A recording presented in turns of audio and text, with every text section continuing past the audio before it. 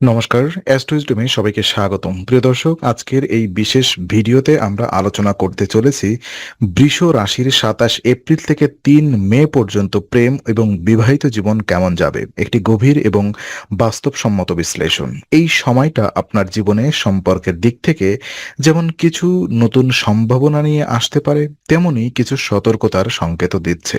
কোথায় ধৈর্য ধরতে হবে, কোথায় আবেগ নিয়ন্ত্রণ করতে হবে, আর কোথায় নিজের সিদ্ধান্তে স্থির থাকতে হবে, সবকিছু আমরা একে একে বিশ্লেষণ করব। তাই ভিডিওটি শেষ পর্যন্ত দেখুন, কারণ শেষে থাকছে একটি বিশেষ উপায় যা আপনার পুরো সপ্তাহকে ইতিবাচকভাবে বদলে দিতে পারে।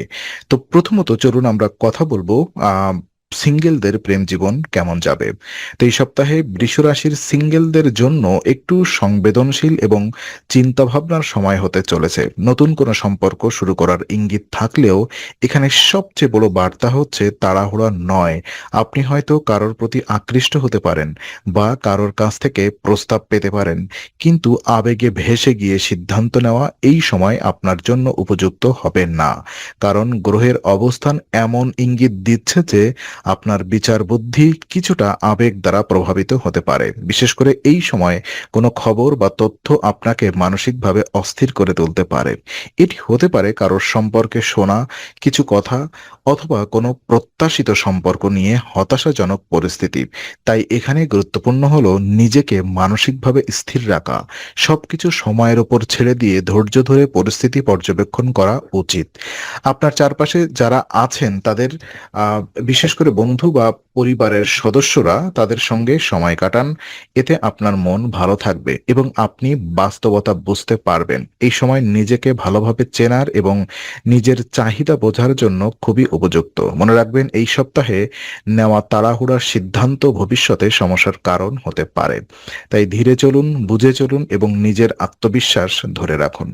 আর প্রেম জীবন পর্যালোচনা করলে দেখা যায়, যারা ইতিমধ্যেই সম্পর্কে আছেন তাদের জন্য এই সপ্তাহটি একটি পরীক্ষার সময় বলা যেতে পারে।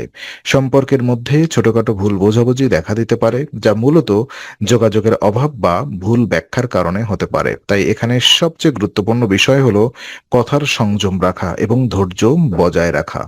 আপনি বা আপনার সঙ্গী হয়তো কোনো বিষয়ে সংবেদনশীল হয়ে উঠতে পারেন, যার ফলে অপ্রয়োজনীয় তর্ক হতে পারে। কিন্তু যদি আপনি একটু সময় নিয়ে শান্তভাবে পরিস্থিতি সামলান, তাহলে এই সমস্যা সহজেই মিটে যাবে।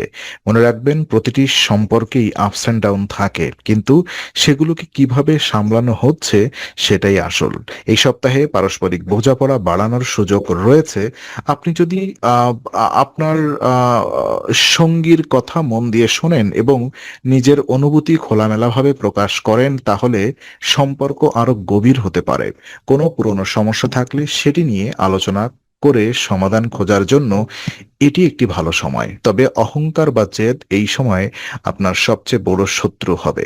তাই নিজের ইগো একটু কমিয়ে এনে সম্পর্ককে প্রাধান্য দিন, তাহলেই এই সপ্তাহটি আপনার প্রেম জীবনে ইতিবাচক পরিবর্তন আনতে পারে। আর বিবাহিত জীবন পর্যালোচনা করলে দেখা যায়, বিবাহিত জীবনে এই সপ্তাহটি বেশ স্থিতিশীল এবং গঠনমূলক হতে চলেছে। বিশেষ করে ঘরোয়া বিষয়গুলোতে আপনি অগ্রগতি দেখতে পাবেন। অনেকদিন ধরে জমে থাকা কাজ বা পারিবারিক দায়িত্বগুলো এই সময়ে সম্পন্ন করার সুযোগ পাবেন, যা আপনাকে মানসিকভাবে হালকা অনুভব করাবে।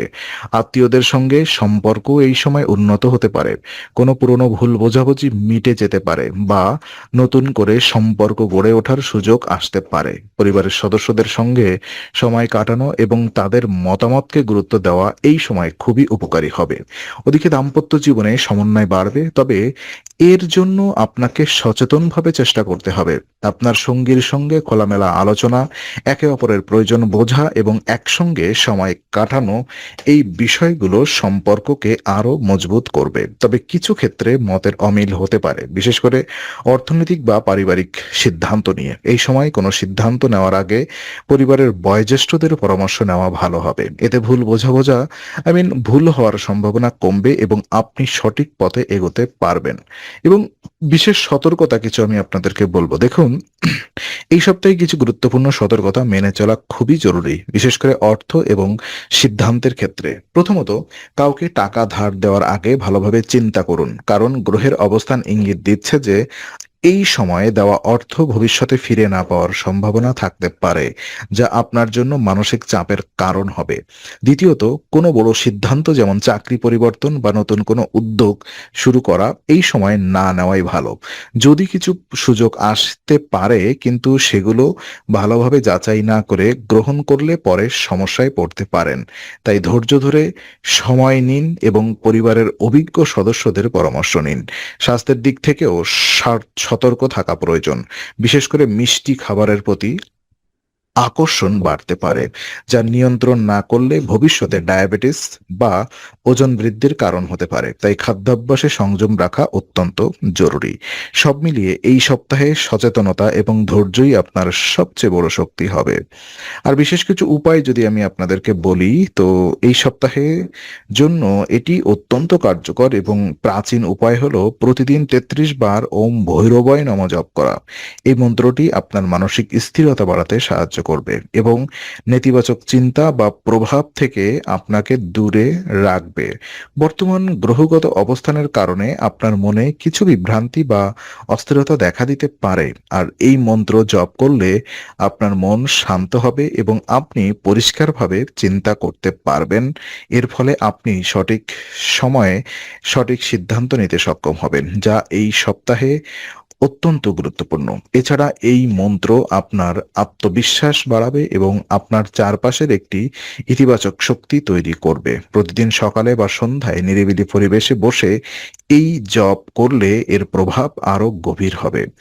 যারা সম্পর্কে নিয়ে দুশ্চিন্তায় আছেন বা কোনো সিদ্ধান্ত নিতে পারছেন না, তাদের জন্য এই উপায়টি বিশেষভাবে উপকারী। নিয়মিত এই অনুশীলন করলে আপনি নিজের ভেতরের শক্তিকে অনুভব করতে পারবেন এবং জীবনের প্রতিটি ক্ষেত্রে স্থিরতা এবং স্পষ্টতা পাবেন। তো আজকের আলোচনা আমরা এখানেই শেষ করছি। ভালো লেগে থাকলে ভিডিওটি লাইক, কমেন্ট এবং শেয়ার করুন। আর এমন ভিডিও পেতে অবশ্যই চ্যানেলটি সাবস্ক্রাইব করুন। আবার দেখা হবে, ততক্ষণ ভালো থাকুন, শান্তিতে থাকুন। নমস্কার।